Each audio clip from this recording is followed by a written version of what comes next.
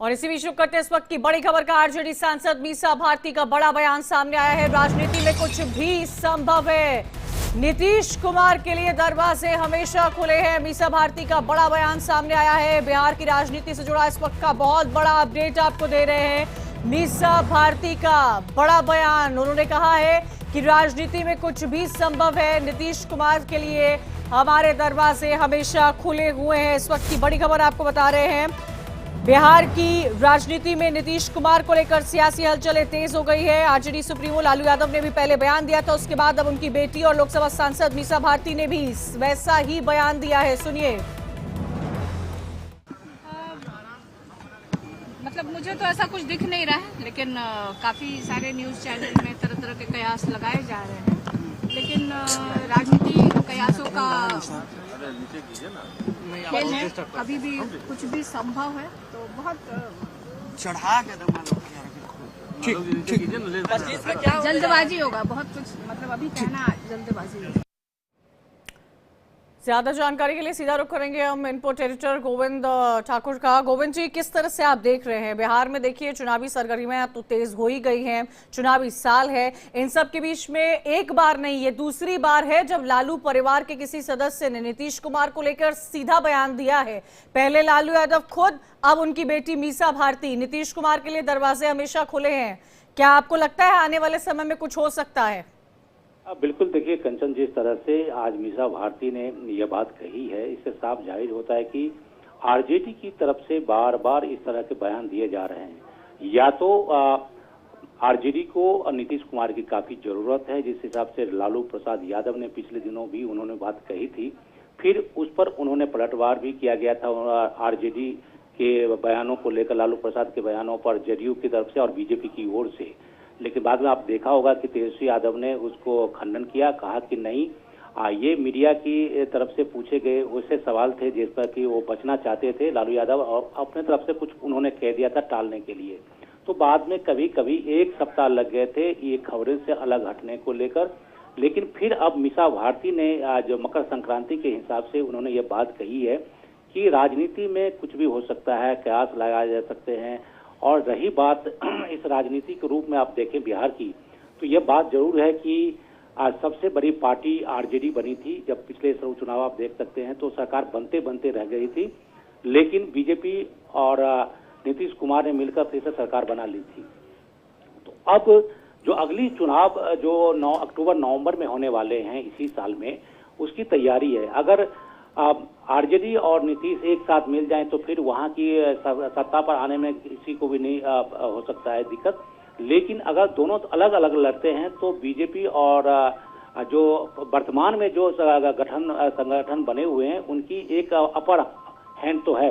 लेकिन यहीं पे लालू प्रसाद यादव की पार्टी आरजेडी पिछड़ रही है। लेकिन गोविंद, आपको ये नहीं लगता कि नीतीश कुमार पर तो राजनीति में पलटने का बहुत आरोप लगा है? जब भी जिसकी सरकार उनको मजबूत दिखती है उसके साथ जाते हुए नजर आते हैं। क्या आपको लगता है अगर ऐसा आने वाले समय में होता है, क्योंकि बिहार ये साल चुनाव में जाएगा, तो उन पर ये जो ठप्पा लगा है कि वो बहुत जल्दी पलटते हैं, वो और प्रमुख होता नजर आएगा? हालांकि मकर संक्रांति का भी, क्योंकि आप जिक्र कर रहे हैं, देश भर में धूमधाम से मनाई जा रही है। मकर संक्रांति पर लालू यादव के घर पर भोज भी होता है। इस बार कोई आमंत्रण नीतीश कुमार को दिया नहीं गया है दही चूड़े का। देखिए, ये बात जरूर है कि पहले इन लोगों के नेताओं के बीच में एक अलग संबंध हुआ करता था, लेकिन वर्तमान में जो राजनीति है उसके हिसाब से अगर देखें तो इस तरह के जो आपसी संबंध है वो दूरी जरूर बनी हुई है। रही बात आप पलटने की बात कर रहे हैं, तो ये बात एकदम सत्य है कि कब क्या हो जाए नीतीश कुमार के साथ, कब पलट जाए, ये एक ठप्पा उन पर लगा हुआ है, जिस कारण से बार बार इस तरह के बयान आते जाते हैं और उसको अपने तरीके से उसे जवाब दिया जाता है। लेकिन देखिए, अभी चुनाव के जो सिलसिले शुरू होने वाले हैं उसमें अभी 2-4-5 महीने अभी लगेंगे, लेकिन उस समय तक क्या राजनीति होगी कहना मुश्किल है। लेकिन जिस तरह से नीतीश कुमार अपने आप को आगे बढ़ाते हुए एनडीए की तरफ दिखा रहे हैं, उसमें ये दिखता है कि अगले चुनाव में भी वो कहीं न कहीं एनडीए की तरफ ही रहेंगे।